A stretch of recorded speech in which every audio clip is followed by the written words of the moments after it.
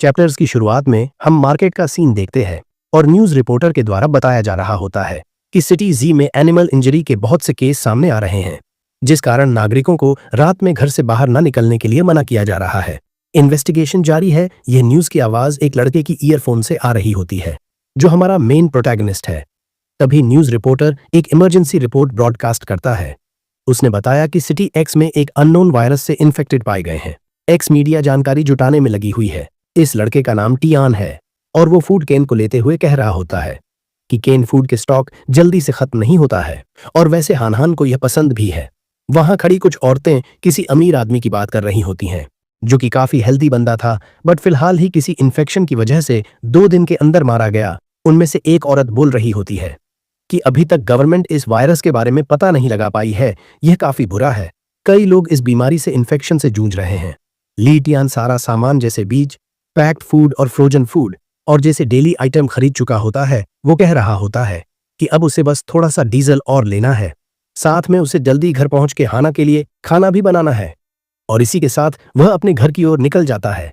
Car drive करते समय उसे कॉल आता है और उस कॉल का आंसर करते हुए हम किसी लड़की की आवाज सुनते हैं, जो ली तियान से पूछ रही होती है कि उसने उसके प्रपोजल के बारे में क्या सोचा। ली तियान कहता है कि वो एक अच्छी जॉब फाइंड कर सकता है ताकि वो दूसरों के सामने अपना सर उठा के जी सकेंगे, पर वो अपनी छोटी बहन हाना को अनाथ आश्रम नहीं भेजेगा। हाना मेरी फैमिली की एक इंपॉर्टेंट मेंबर है। सामने से वो लड़की कह रही होती है कि वो हाना को बच्चे की तरह नहीं पालने वाली है। वो पहले ही ली तियान के लिए बहुत कुछ कॉम्प्रोमाइज कर चुकी है। वो ली तियान को कहती है कि अगर तुम मुझे सीरियस नहीं ले रहे हो तो मुझसे शादी करने की कोई जरूरत नहीं है, लेट्स ब्रेकअप। और ली तियान भी हाँ कह देता है। तभी अचानक से उसकी गाड़ी से कुछ चीज टकरा जाता है। कोई चीज सीधे उसकी गाड़ी के सामने आ गई थी। वो कहता है क्या वो डॉग था, पर देखने में उसे पता चलता है कि वहां एक भेड़ रहती है, जो कि उसकी गाड़ी से टकरा गई है। उस भेड़ के सर से ब्लड निकल रहा होता है। उसकी आंखें काफी ज्यादा रेड साइन कर रही होती है। उसे देख के ली तियान काफी चौंक गया था, क्योंकि उसके सर में लगने के बाद भी वो जिंदा थी। वो भेड़ वहां से जंगल के अंदर चले जाती है। ये देख रहा ली तियान सोच रहा होता है कि इस चीज के रिपोर्ट ट्रैफिक पुलिस से करने की शायद जरूरत नहीं है, और इसलिए ली तियान इस बात को भूल के अपने फार्म की ओर निकल जाता है। जिसके बाद हम देखते हैं कि वह अपने फार्म हाउस में पहुंच जाता है, जहां वह रहता है। उसे देख के उसकी छोटी बहन बड़े भाई कहते हुए उसकी ओर आ रही होती है। उसके साथ में 2 ब्लैक और व्हाइट पेट डॉग भी होते हैं। हाना अपने बड़े भाई के साथ सामान रखवान में हेल्प करने लगती है और अपने बड़े भाई को बताती है कि उसने वो सब टास्क कंप्लीट कर दिए हैं जो उसके बड़े भाई ने उसे दिए थे। उसने गाय को घास डाल दिया है, पानी बदल दिया है और फसल में भी पानी बदल दिया है। अब हाना बहुत थक गई है, उसे बड़े भाई के हाथ का खाना खाना है। ली तियान कहता है छोटी बहन तुम्हारे लालची पेट के लिए कैरेट सूप कैसा रहेगा। तभी उनका व्हाइट डॉग कुछ पत्तियां खा रहा होता है। ये देखकर हाना उसे डांटते हुए कहती है कि शियाओ भाई तुम पत्तियां नहीं खा सकते। हंसते खेलते वो सब जा रहे होते हैं। तभी उनके फार्म में एक भैंस को देखते हैं, जो घास चबा रही होती है और उसकी आंखें काफी ज्यादा रेड दिख रही होती हैं। हाना कह रही होती है कि बड़े भाई मैंने इससे पहले कभी भी सोलर एक्लिप्स नहीं देखा है। क्या ये सच है कि जब सोलर एक्लिप्स होता है तो पूरा आसमान काला हो जाता है? तभी रेडियो में बताया जा रहा होता है कि इस सेंचुरी का सोलर एक्लिप्स जस्ट चालू ही होने वाला है। हाना मजे से खाने का आनंद ले रही होती है और कहने लगती है बड़े भाई आपकी हंटिंग स्किल के साथ आपकी कुकिंग स्किल भी बेटर होते जा रही है। ली तियान बताता है कि जब सोलर एक्लिप्स होगा तो रात नहीं होगी, बस सूरज काला हो जाएगा। उसे देखने के लिए मैं तुम्हें एक सन ग्लासेस दूंगा, उसे पहन लेना। वहीं रेडियो में काउंटडाउन शुरू हो जाता है। हाना खिड़की के बाहर इशारा करते हुए कहती है कि बड़े भाई वो क्या है। जब ली तियान बाहर देखता है तो पाता है वहां एक्लिप्स चालू हो गया होता है और अंधेरा छाया हुआ रहता है, पर वहां का मौसम कुछ अजीब दिख रहा था। और तभी घर की बिजली चली जाती है। हाना बोलती है बड़े भाई बिजली को क्या हुआ, और हाना को ठंडी लगने लगती है। उनका ब्लैक डॉग भी भौंकने लगता है। ली तियान को समझ में नहीं आ रहा होता है कि आखिर मौसम को क्या हो गया, और अचानक रेडियो की फ्रीक्वेंसी भी बिगड़ जाती है। हाना बोलती है बड़े भाई बाहर देखो। जब ली तियान ये देख के काफी आश्चर्य होता है कि बाहर बर्फबारी हो रही है, वो कहता है कि गर्मियों के बीच में इस बर्फबारी का क्या मतलब है, और साथ में वाइट को हाना का ध्यान रखने के लिए छोड़ देता है और कहता है कि मैं कैटल और भेड़ों को लॉक करके आता हूँ। बाहर बहुत ठंड होने के कारण हाना अपने बड़े भाई को जल्दी करने कहती है। ली तियान अपने ब्लैक डॉग शियाओ हे के साथ बाहर आ जाता है। बाहर बहुत तेजी से हवाएं और बर्फबारी चल रही होती है। तभी ली तियान देखता है कि बाहर का मौसम बहुत बदला हुआ दिख रहा होता है। पेड़ पौधे और सन सब कुछ काला हो चुका होता है। ली तियान कहता है कि यह सब बहुत ज्यादा अजीब है, और तभी हम ली तियान के पीछे खड़ी एक परछाई को देखते हैं। शियाओ हे को अजीब लगता है और तभी शियाओ हेई भौंकने लगता है और उसकी आंखें भी रेड हो जाती हैं। अचानक शियाओ हेई ली तियान के ऊपर अटैक कर देता है। तभी ली तियान को पता चलता है कि शियाओ हेई ने समय पे उस भैंस के ऊपर अटैक कर दिया था जो ली तियान को मारने के लिए आ रही थी। ली तियान किसी तरह उस भैंस के अटैक से तो बच जाता है, बट भैंस और शियाओ हेई में लड़ाई होने लगती है। ली तियान घबराते हुए बोलता है, मेरा कंपाउंड बो आसपास में ही होगा, और उसे अपने कंपाउंड बो मिल जाता है। तब तक उस भैंस ने शियाओ हेई को जख्मी करके एक साइड फेंक दिया था। ली तियान जल्दी से अपना कंपाउंड बो से उस भैंस पे निशाना लगाने लगता है। तभी उसके सामने एक स्कोप जैसा कुछ आ जाता है जो कि उसके एरो के सामने अपीयर होता है। ली तियान सोच रहा होता है कि आखिर ये क्या चीज है, पर लेकिन उसने इसे छोड़ा और उसने सीधा उस भैंस के ठीक सिर पे निशाना लगा के शूट कर दिया। एरो जाकर उस भैंस के सिर में लग जाते हैं। ये देखकर ली तियान बहुत खुश हो जाता है। उसकी नजर जाती है कि अभी वह भैंस जिंदा है और उसकी ओर फुल स्पीड से आ रही होती है। वो कहता है, मुझे और एरो चाहिए, और जल्दी से एरो फाइंड करने लगता है। तभी उसके सामने एक सिस्टम विंडो अपीयर होती है। उसमें अवेलेबल एरो और रेंज में कितने लिविंग बीइंग्स हैं शो हो रहा होता है। ली तियान उस विंडो को इग्नोर करते हुए बोलता है कि मेरे पास एरो खत्म हो चुके हैं, पर तभी वो भैंस उसे अपने सींगों से ली तियान को घायल कर देती है और उसे दूर फेंक देती है। शियाओ हेई उसके पास आके भौंकने लगता है और भौंकते हुए उसके घर की ओर इशारा कर रहा होता है। ली तियान रियलाइज करता है कि अगर ये भैंस अचानक से म्यूटेटेड हो चुकी है, इसका मतलब घर में आना सेफ नहीं है। सीन शिफ्ट होता है। हम देखते हैं यहां शियाओ बाई की आंख भी रेड हो चुकी होती है और वो हाना पर गुरा रहा होता है। हाना कह रही होती है कि शियाओ बाई तुम्हें क्या हो गया है। शियाओ बाई उसकी ओर झपट पड़ता है। तभी ली तियान वहां आके शियाओ बाई को एक लात मार के अलग कर देता है और हाना को गोद में उठा के वहां से भागने लगता है। हाना शियाओ बाई कह के रोने लगती है। ली तियान उसे कहता है कि बाहर खतरा है, बड़े भैया की बात सुनो और बाहर किसी भी हालत में मत आना। ली तियान हाना को लेते हुए फार्म हाउस की ओर भागने लगता है। हाना उसे कस के पकड़े हुई होती है। तभी वह विंडो उसके सामने फिर से आ जाती है जहां पर कि आसपास रेंज में 4 लिविंग बॉडी हैं। ली हाना को फार्म हाउस के अंदर जल्दी से डाल के उसका गेट बंद कर देता है। तभी हम देखते हैं कि विंडो में लिविंग बॉडी का नंबर 4 से 5 हो जाता है। गेट को बंद करने के बाद ही ली तियान के ऊपर शियाओ बाई पीछे से हमला करके उसकी पीठ को अपने नुकीले पंजों से छील देता है। हाना दरवाजा खड़खड़ आते हुए रो रही होती है। इससे पहले कि ली तियान और जख्मी हो पाता, वहां शियाओ हेई ने शियाओ बाई पर हमला कर देता है, जिस वजह से ली तियान भाग जाता है, बट वो भैंस अभी भी उसके पीछे पड़ी हुई होती है। ली तियान भागते हुए अपने हाथ में एक कुल्हाड़ी उठाता है और एक पेड़ के सामने आके खड़ा हो जाता है। वह भैंस को ललकार रहा होता है और जैसे ही भैंस उसकी ओर भागती है और उसे पर अटैक करने के लिए आती है, ली तियान भैंस को झांसा देते हुए साइड को हो जाता है, जिस वजह से उस भैंस के सींग पेड़ में फंस जाते हैं। वो उस कुल्हाड़ी से उस भैंस के गले पर अटैक करने वाला ही था कि तभी अचानक से वहां पर शियाओ बाई ने ली तियान के गले पर अटैक कर दिया। फिर ली तियान कह रहा होता है, क्या उसका ब्लैक डॉग शियाओ हेई मारा गया? ऐसा नहीं हो सकता। और तभी वो भैंस अपने सींग ली तियान के पेट में घुसे देती है और ली तियान का पूरा शरीर सुन पड़ रहा होता है। बोलता है, क्या मैं मर रहा हूं? और तभी उसके सामने वो विंडो ओपन होती है, जिसकी आवाज सुन के ली तियान कह रहा होता है कि ये बहुत तेज है, कम से कम मुझे इन दोनों बीस्ट से निपटने दो। उससे ये नॉइज सहन नहीं हो रही होती है और उस विंडो में एपोक्लिप्स सर्वाइवल मैचिंग लिखा होता है। तभी ली तियान के सामने बहुत सारी विंडो ओपन होने लगती है। धीरे धीरे ली तियान बेहोश होने लगता है और उसकी आंखें बंद हो जाती हैं। तभी हम देखते हैं कि सिस्टम की विंडो में लिखा होता है कि एपोकलिप्टिक गेम सक्सेसफुली लोड हो चुका है। वहां सिस्टम से आवाज आती है, प्लेयर ली तियान का शेल्टर खराब तरीके से मैनेज्ड है। शेल्टर का लेवल 1 तक पहुंचाने के लिए उसे आई ऑफ ट्रूथ का रिवॉर्ड मिलता है, और अगर तुम्हें अपना शेल्टर को फोर्ट्रेस में अपग्रेड करने के लिए तुम्हें 80 लाख पॉइंट रिक्वायर्ड है। ली तियान अपनी आंख खोलता है और उसे विश्वास नहीं हो रहा था कि वह जिंदा है। वह अपने घाव को छू कर देखता है जो पूरी तरह से हील हो चुके होते हैं। ली तियान काफी ज्यादा शॉक हो जाता है। कहता है कि उसे अच्छे से याद है कि सींग के घुसने के कारण उसका पेट फट चुका था, पर वहां ब्लड के निशान अभी भी थे। उसका सिर अभी भी थोड़ा सा दर्द दे रहा होता है। वह सामने देखता है कि भैंस का सिर अलग पड़ा हुआ होता है। वह बहुत कंफ्यूज होता है और बुरी तरह घबराया हुआ होता है। वह देखता है शियाओ बाई भी बहुत दूर जमीन पे पड़ा होता है। वह मन ही मन कह रहा होता है कि जब वह बेहोश था तब यहां पर क्या हुआ था, उसे कुछ याद क्यों नहीं आ रहा है। और तभी उसका सिर में बहुत दर्द होता है और उसे याद आता है जब शियाओ बाई ने ली तियान पर हमला किया था तो सिस्टम विंडो अपीयर हुई थी, उसमें प्लेयर स्टेटस एक्टिवेटेड लिखा आ गया था। जिसके बाद लीतियान की बॉडी से कुछ अलग ही तरह की एनर्जी निकलने लगी थी और लीतियान ने बहुत जोर का पंच शियाओ बाई में मारा, जिस वजह से वो बहुत दूर जाके एक पत्थर में भीड़ गया।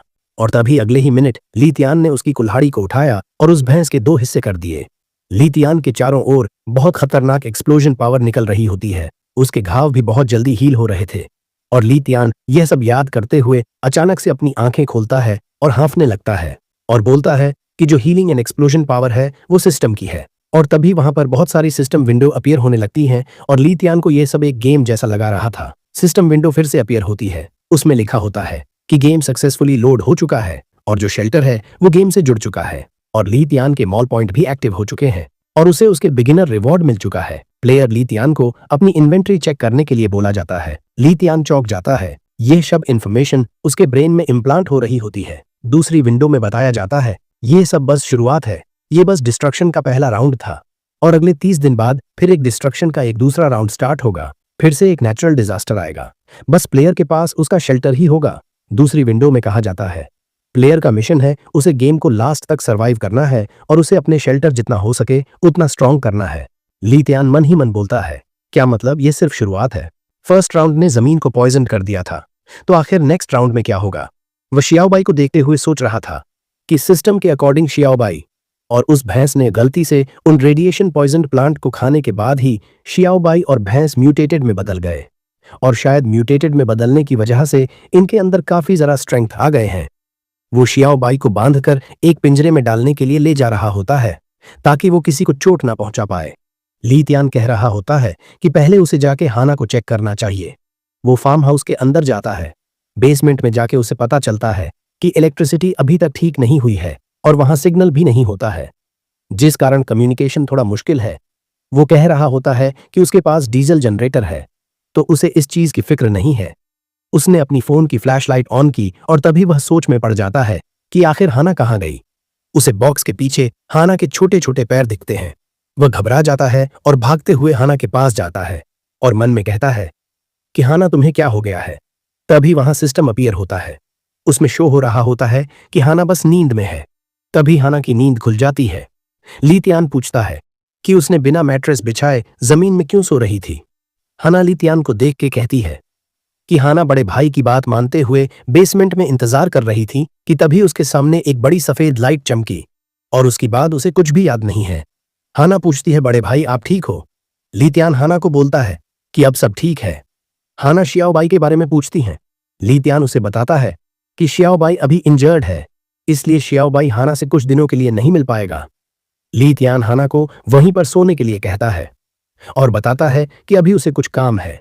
लीतियान को आसपास और कोई म्यूटेटेड जानलेवा एनिमल नहीं दिख रहे थे। वह सिस्टम में चेक कर रहा था, उसे बिगिनर बोनस दिखाई पड़ता है, बट उसे किसी वजह से कोई स्पेशल वेपन और स्पेशल स्किल नहीं मिलती और उसे पता चलता है कि अगले 999 बिंदु जब तक वो इकट्ठा नहीं करता तब तक वो अगला गेम स्टार्ट नहीं कर सकता है। वो बोलता है कि यह क्वेश्चन मार्क क्या है। उस पर क्लिक करने पर पता चलता है कि गेम की करेंसी पॉइंट है। वहां ऐसे सीड भी मिल रहे थे जिन्हें वो पॉइजन्ड जमीन में भी उगा सकता है, बट जैसे ही पता चलता है कि वे सीड बहुत एक्सपेंसिव है, उन्हें खरीदने के लिए वो बहुत ज्यादा गरीब है। ये गरीब की माँ की चूत क्यों बैठा है यहाँ पे भोसड़ी वाला। उसे घर पर रखे फूड के स्टॉक से ही काम चलाना पड़ेगा। जो फूड जमीन के डायरेक्ट कांटेक्ट में थे वो ऑलरेडी पॉइजन्ड हो चुके हैं और मोबाइल का नेटवर्क भी नहीं था और उसे सही से पता है कि नेटवर्क रिकवर होने में काफी समय लग जाएगा। वह सोचता है आखिर की सिटी में क्या माहौल होगा, पर जाने से पहले वो उस म्यूटेटेड भैंस को जला देता है और लीतियान अपने फार्म हाउस के बेसमेंट में जाकर एक रूम का गेट खोलता है। उसने गेट खोलते ही उस रूम की लाइट ऑन कर दी, जो और उसके डीजल जनरेटर भी चालू हो चुका है। गेट खोलते ही हम वहां पे बहुत तरह के गन्स देखते हैं, जिनमें से लीतियान अपने साथ एक पिस्टल रख लेता है और हाना के पास एक वॉकी टॉकी रख देता है और सिटी की तरफ निकल जाता है। वह अपनी ट्रक में सिटी की ओर जा रहा होता है। जमीन के साथ आसमान के बर्ड भी म्यूटेटेड हो चुके हैं और लीतियान के पीछे काफी सारे म्यूटेटेड एनिमल उसकी कार के पीछे करने लगते हैं। लीतियान अपनी पिस्टल निकालते हुए उन्हें मारने ही वाला रहता है कि तभी उसके पीछे एक मिलिट्री ट्रक आ जाती है। अचानक मिलिट्री ट्रक लीतियान के सामने आ जाने के कारण से लीतियान को वहां पे ब्रेक लगाना पड़ता है और तभी ट्रक से एक मिलिट्री सोल्जर अपनी मशीन गन लीतियान पर पॉइंट कर देता है। ये देखकर लीतियान अपने दोनों हाथ ऊपर कर लेता है। लीतियान मन ही मन बोल रहा होता है कि सिटी के आसपास मिलिट्री फोर्स तैनात हुए पड़ी हैं। जरूर सिटी में दंगे फसाद हो रहे होंगे। पता नहीं झोंगलिन कैसी होगी।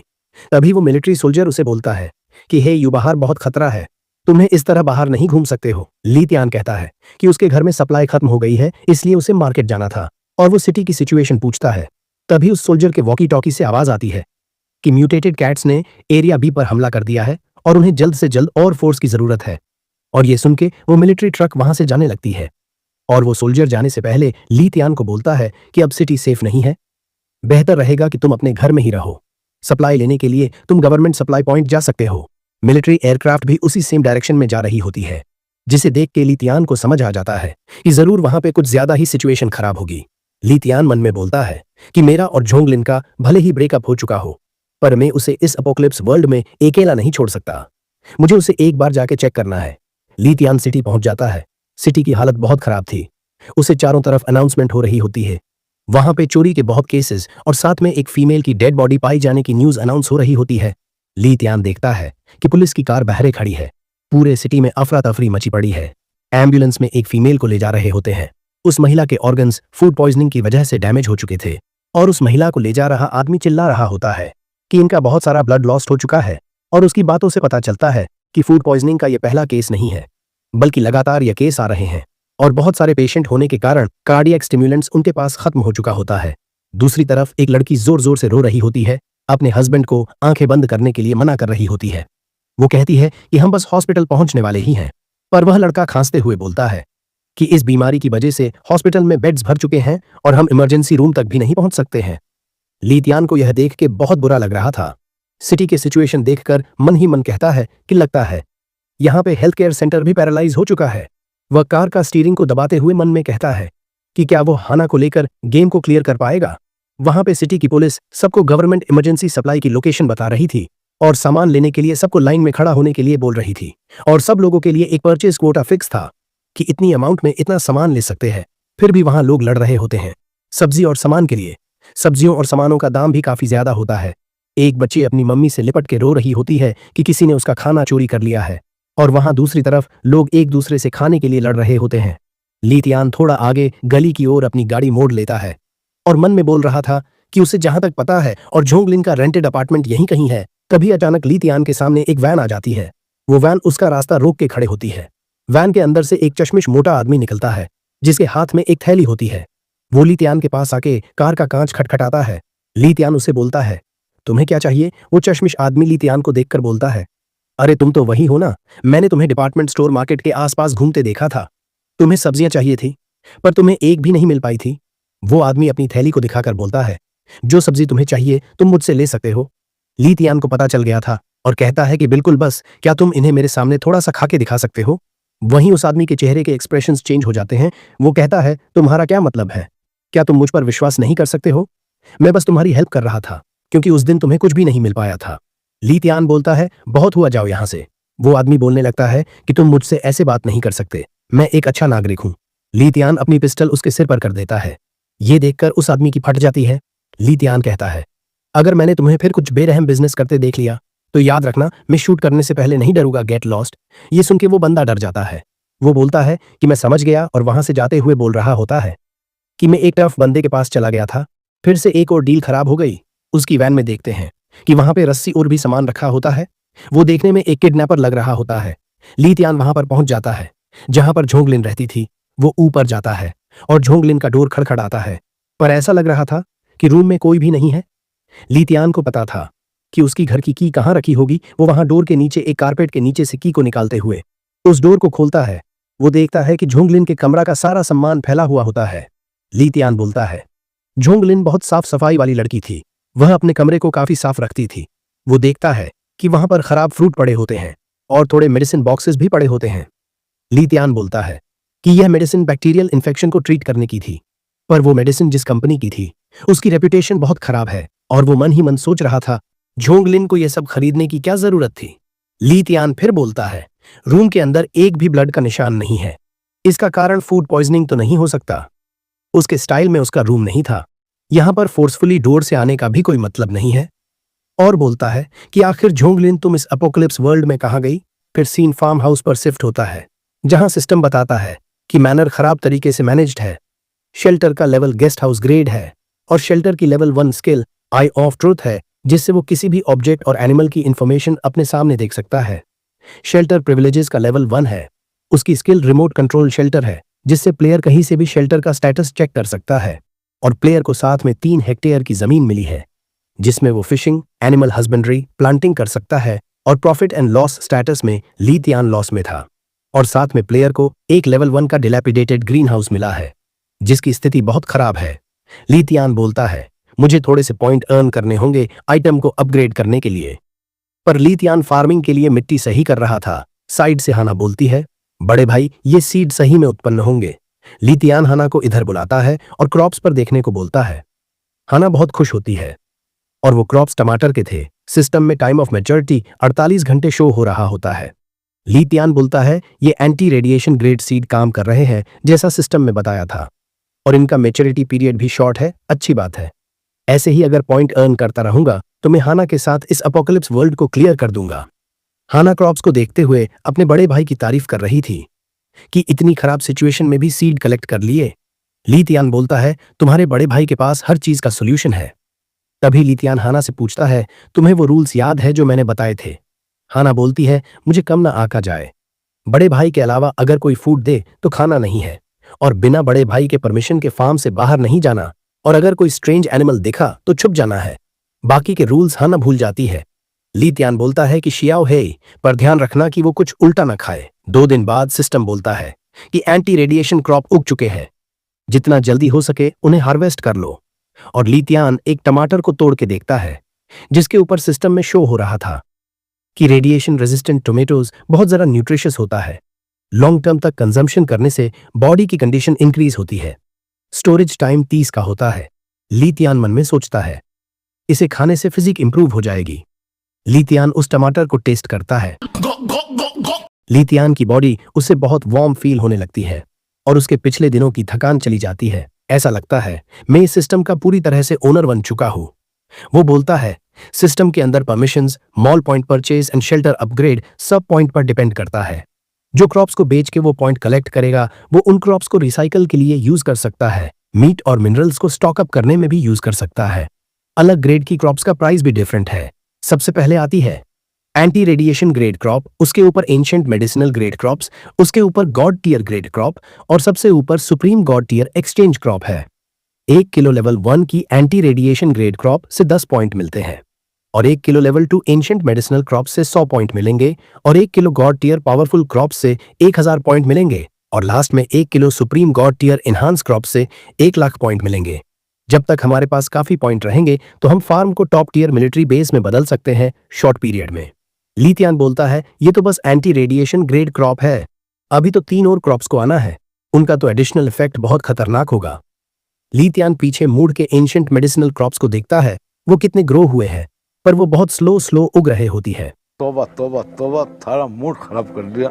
ली तियान कहता है, जैसा सोचा था एंशिएंट मेडिकल क्रॉप्स का मैच्योरिटी रेट 10% ही था। तभी उन गाजर में एक गाजर पूरी तरह उग जाता है।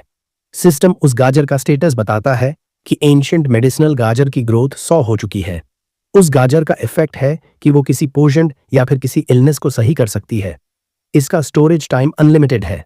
ली तियान बोलता है, ये तो बहुत अच्छा है, अब हमें मेडिकल ट्रीटमेंट की चिंता करने की जरूरत नहीं है, और वो उन क्रॉप को एक जगह इकट्ठा कर देता है। उसके बाद सिस्टम में रिसाइकल इंटरफेस लिखा था। ली तियान मन में सोचता है, वो 70 क्रॉप्स को बेच देगा और बाकी को इन्वेंट्री में रख देगा।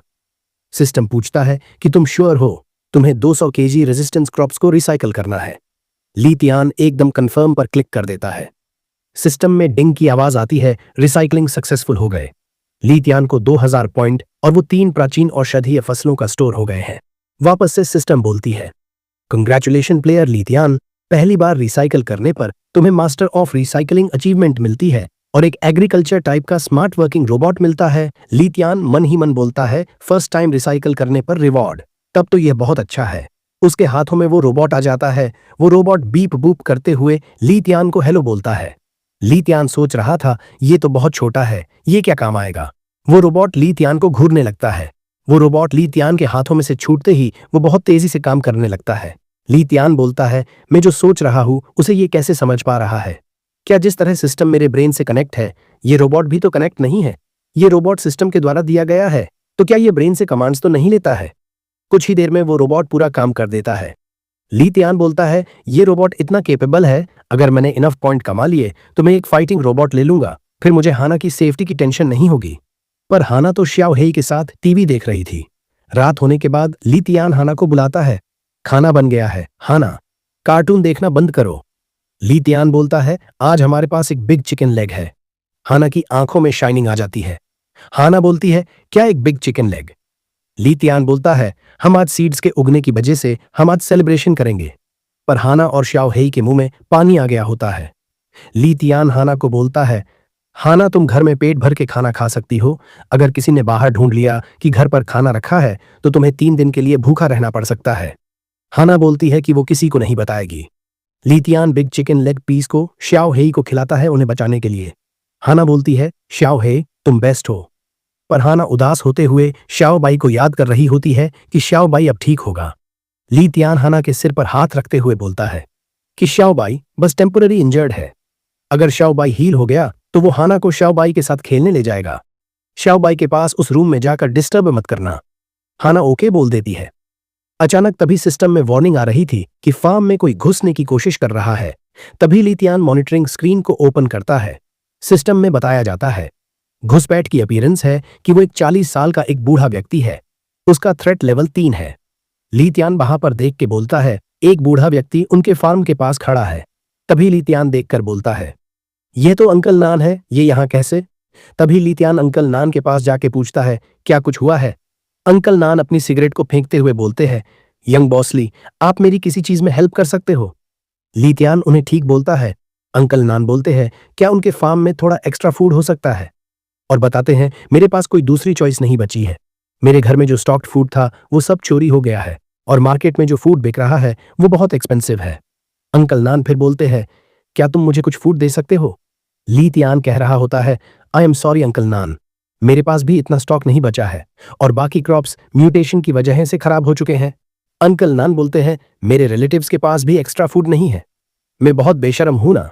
ली तियान बोलता है, मैं तुम्हें अपना थोड़ा फूड दे रहा हूं मेरी फैमिली की केयर करने के लिए। अंकल नान बहुत खुश होकर ली तियान का शुक्रिया कर रहे थे। उसके बाद ली तियान बोलता है, मैं बस आपको इंस्टेंट नूडल ही दे सकता हूं और उन्हें गुड लक विश करता है। अंकल नान ली तियान का फिर से शुक्रिया करते हैं। अंकल नान मन में बोलते हैं, ये फूड बस 3 से 5 दिन ही चल पाएगा। ली तियान अंकल नान को देखते हुए बोलता है, मेरे पास फूड की कमी तो नहीं है, पर ये बता नहीं सकते कि वो फ्यूचर में क्या कर सकते हैं और मैं उन्हें रात के समय फूड दे आऊंगा। फिर हम रात का समय देखते हैं। हाना रोते हुए बोल रही होती है, उसे घर पर लिटिल मैजिक फेरी देखना है। ली तियान उसे बताता है कि फार्म के एरिया में म्यूटेटेड एनिमल अभी क्लियर नहीं हुए हैं, तो मुझे तुम्हें अकेले घर पर छोड़ना अच्छा नहीं लग रहा था। हाना पूछती है कि हम कहाँ जा रहे हैं? ली तियान बताता है कि ग्रैंडपा नान हमारी हेल्प करने के लिए हमारे घर आते थे, हम उनके घर उनकी हेल्प करने जा रहे हैं। हाना को याद आता है, उन ग्रैंडपा के घर एक भैया भी थे जो मुझे हर टाइम चॉकलेट देते थे। ली तियान बताता है कि बिग ब्रदर बोलते थे कि तुम बस दिन में एक ही कैंडी खा सकती हो। ली तियान सिटी पहुंच जाता है। ली तियान मन में सोच रहा होता है कि यहाँ तो बहुत शांति है,